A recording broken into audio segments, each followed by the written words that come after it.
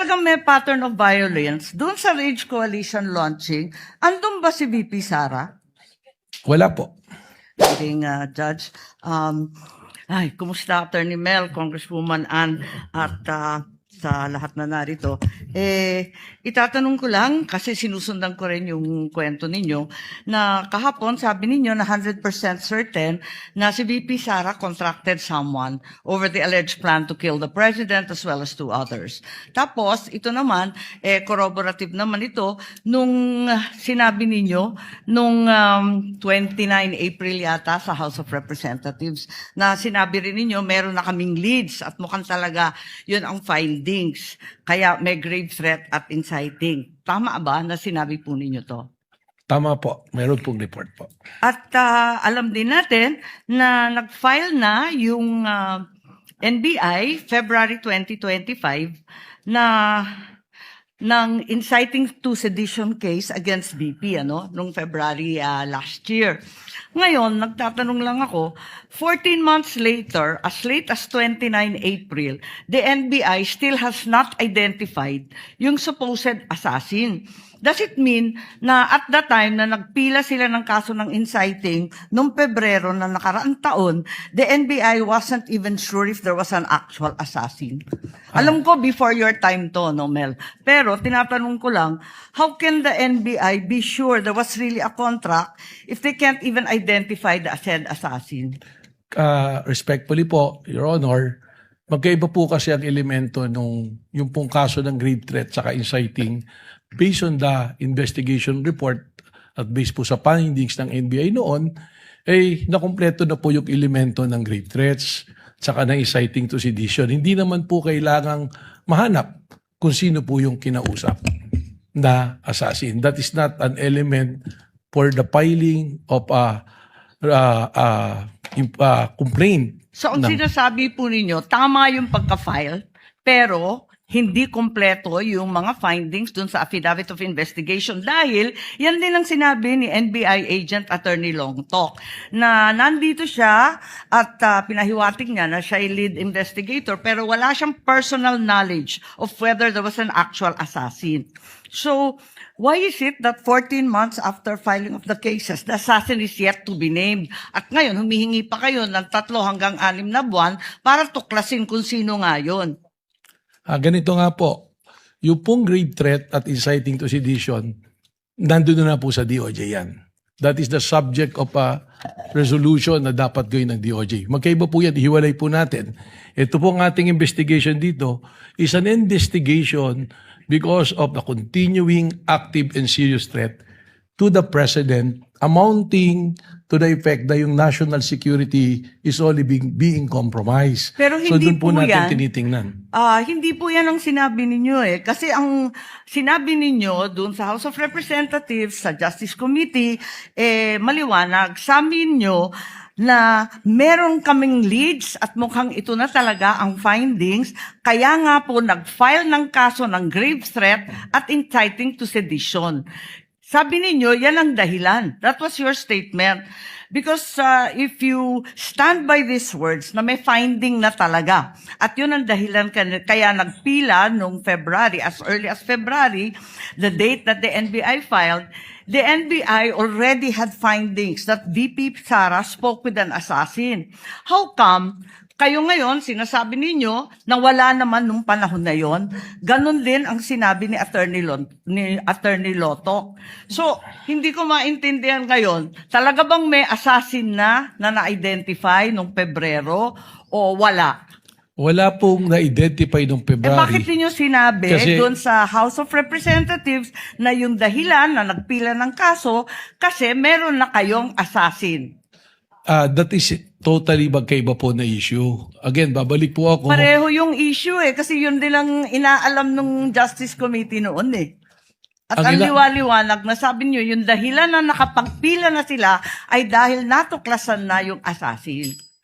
Wala po akong sinabi doon na natuklasan. I also mentioned at that time that there are persons of interest. Again, we have to go back po na yung inciting to the sedition and grave threat. Hawak ko po yung transcript kasi. Okay po, tama naman po yung binabasa Kaya niyo. nga nag-file ng kaso kasi meron na kaming leads.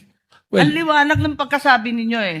we are repairing, may lead na nga po, ibig sabihin, yung pong grave threat, completed na eh. Meron ng threat. In fact, tumatawid na po tayo sa merong kinausap. And we are already talking about doon sa admission ni mismo ni Vice President Sara na meron siyang kinausap na papatay at pumayag yung papatay. Parang napakaliwanag ng sinabi niyo noon at mas malabo di hamak ngayon. Ngayon, bakit kinailangan pa mag-issue ng AO11 kung talaga namang continuing investigation? Dahil ba ito sa April 12 yung sinasabi niyong Rage Coalition?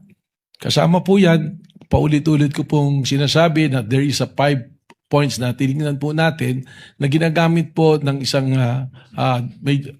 social Yes, we're service. aware of that. The sexual, economic, etc. Alam naman natin yon kasi yan din ang gamit ng US, di ba? Tama po. Kaya po, merong ongoing investigation. Sinabi ko na yung threat is serious, continuing, and active, na ito po ay tumatawid na rin to the level of national security. Kung talagang may pattern of violence, doon sa Rage Coalition launching, andun ba si VP Sara? Wala po.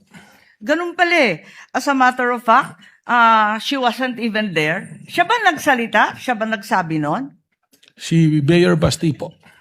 Are you implying na may conspiracy kay VP Sara at Mayor Baste to have the president killed? Yan po yung aming tinitingnan. Kanina po, tanong ni Senator Ping Lacson, tinitingnan po natin kung mayroong sabuatan po na nangyayari. May katibayan ba tayo dito sa conspiracy? Dahil matindi ang pinag-aralan nyo bilang abogado. Sapat ba ito para ipakita na may conspiracy dun sa dalawa? Yun po din yung sagot ko kanina kay Senator Ping Lacson, kaya po hindi pa nakasuhan sapagkat tulad po ng mga kaso na pumapasok at alam po ng mga abogado na conspiracy is sometimes harder to prove than the crime itself. That's why we have to make a case build-up para masiguro po natin ng isasampang kaso Sa ay madaling lulusot. sabi, wala pa pong katibayan ng conspiracy. Yun po yung tinitingnan nga nating anggulo kaya Yun nga, tinitingnan pero ng sa ebidensya. ngayon, habang tayo ang naglilitis dito, wala pa. Kung meron na po, na-file na po namin yan. Kailangan po lumusot ito under Memorandum Circular number 20 of the Department of Justice. Ngayon, reasonable certainty of conviction. alam natin yan. Ang sabi ninyo, yung Special Task Force, ano ang gagawin ng Special Task Force kung natumbok na rin yung assassin nung Pebrero pa? O Then- natumbok na ninyo ngayon na nasa ilan na interview ninyo? Ano ang gagawin sa mga assassin na to? Then, kailangan po natin silang imbestigan at kausapin kung gaano kalawak para malaman po natin kung huminto na ba ang threat sa presidente sapagkat alamin natin kung sino po ang makakausap. Dahil maraming nagtatanong kung bakit pa kailangan mag-case build-up samantalang eto na tayo sa impeachment trial, eto na tayo na wala pang actual assassination, kaya hindi naman maintindihan kung ano pa ang silbi ng Special Task Force. Alam po ninyo, yung pong dito sa impeachment, magkaiba po yung requirement eh. Hindi naman po natin kailangan pang ipresenta kung sino yung kinausap na assassin. Ang importante lang po rito ay yung admission mismo ng Vice Presidente na humanap siya ng mamamatay para patayin ng Presidente at iyon ay pumayag. Doon po papasok na yan. Dahil po, respectfully, dito po sa impeachment court, hindi naman po necessary na may criminal conviction. Kaya po inilatag po yan kung ano-ano yung mga basehan po. Kindly wind up, Sa Senator ating Judge. presiding judge at pati na rin kay Attorney Matibag, ang ating direktor, sabi po ninyo na matutumbok ninyo ito sa loob ng 3 hanggang 6 na buwan. Kung maaari, sabihin na ninyo sa amin, pwede naman i-disclose kung tutuusin at sasampahan naman yan ng demanda through regular filing, hindi dito sa impeachment. At di naman siya subject of arrest for inquest proceeding. Bakit hindi sabihin? Or kung maaari, bumalik na lang kayo in 3 to 6 months. Pwede bang i-requestion kapag meron na kayo natuklasan at napunteriyang assassin? Again, ang sagot ko po dyan, iba po naman yung national security protection at impeachment. Dito po sa impeachment, yung sinasabing betrayal of public trust ay pumasok na po dahil meron pong sinumpang tungkulin ng ating Vice Presidente to protect and defend the Constitution, execute the law, do justice to everyone, and consecrate herself to the service of the nation. Alam po natin Yung yan. pong ginawa niya po, papasok po yun sa betrayal of public trust kasi enforce the law, do justice.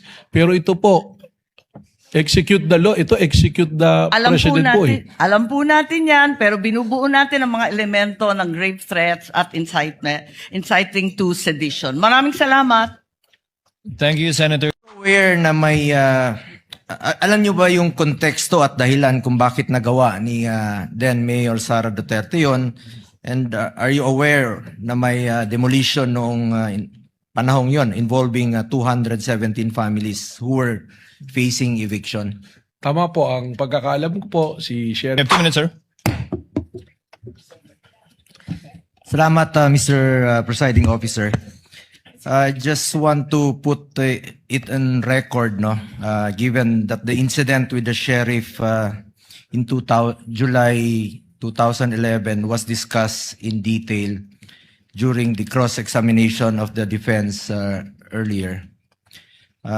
Just find it proper that I shed light on the matter without any bias, given that these are matters of fact and based on personal knowledge. Since nabanggit po at ipinakita po kahapon, wag mo nang pumatak yung oras, hindi pa naman tanong yun. Kasama na, sir? Since nabanggit at ipinakita po kahapon ng insidente noong July 2011 involving the Vice President, then Mayor Sara Duterte, and a sheriff, I would like to examine the relevance and context of this incident in determining the pattern of behavior of the Vice President. May I ask the NBI Director, would you agree that determining the context of actions of individuals is important to have a fair and impartial investigations? Yun po yung kasama doon, yung historical behavior to establish a pattern of violence. Okay. Are you aware na may alam niyo ba yung konteksto at dahilan kung bakit nagawa ni then Mayor Sara Duterte yon? And are you aware na may demolition noong panahong yon involving 217 families who were facing eviction? Tama po, ang pagkakaalam ko po, si Sheriff Abe ay dala-dala ang isang legal and valid order of demolition at gusto niyang ipatupad po yung demolition bilang pagganap po sa kanyang tungkulin po. A simple search online would provide further details. No? Nagalit po si then Mayor Sara noon dahil nakiusap siya sa sheriff na kung pwede bang i-postpone ng ilang oras at i-delay mo ng eviction ng 217 na families. At naalala ko noon na meron pong pulisiya si former Mayor Rodrigo Duterte na ayaw niya pong magpaalis ng mga informal settlers pag walang malapitan, walang malipatan po yung mga illegal settlers. Kawawa naman po itong mga to na minadali silang paalisin. Is it correct that Davao City was then, sabi ko nga kanina, no? It was correct that Davao City was then dealing with the aftermath of a flash flood. At that then Mayor Sara Duterte had come from attending to affected residents before proceed. Alam niyo ba ito? Well, I was informed po kanina nung sinasabi yan. Alam niyo bang 31 po yung namatay nung panahon yon? Yun po, nalaman ko po kanina. Actually, nandun po ako nung nangyari po yung insidente. At after 2 days, bumisita rin po yung si former Vice President Jojo Binay. Kasama niya yung anak niya na si Senator Nancy Binay. Mismo, witness po ako doon na talagang hirap ng sitwasyon. June 29 po yung nangyari na madaling araw, yung flash floods. At marami pong namatay, no? 28 to 31. At after a day, July 1, may schedule po yung sheriff na palisin yung mga informal settlers na wala pang malilipatan.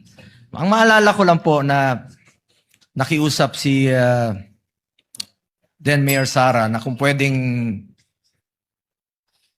ipagpaliban muna ng ilang oras o araw yung pag demolish po sa mga illegal or informal settlers na walang malilipatan. Actually, sa totoo lamang po, Since we are here for the search for the truth and justice, I believe it is incumbent upon me to put on record my recollection of what happened. Yun po yung maalala ko. Sabi ko nga na may pulisiya po yung syudad noon na kung walang malilipatan yung mga informal settlers ay wag munang paalisin. Kawawa po yung mga kababayan nating mahirap na wala pong malilipatan. Yun po ang konteksto ng nangyari. We are not justifying violence, but we are highlighting that context is important to have a fair assessment of the incident. Magkakaiba naman po yung nangyari nung 2011 sa mga pangyayaring iniimbestigahan nyo po dito. In fact, not just this incident, in our search for the truth, importante alamin natin ang dahilan at konteksto ng mga pangyayari upang maging patas, objective at makatarungan ang ating pagsusuri. Yun lamang po. Ubus na yung Thank you. oras ko. Last 2 minutes na po. Thank you, Thank you, Mr. Senator Judge. President. Thank you, Mr. President.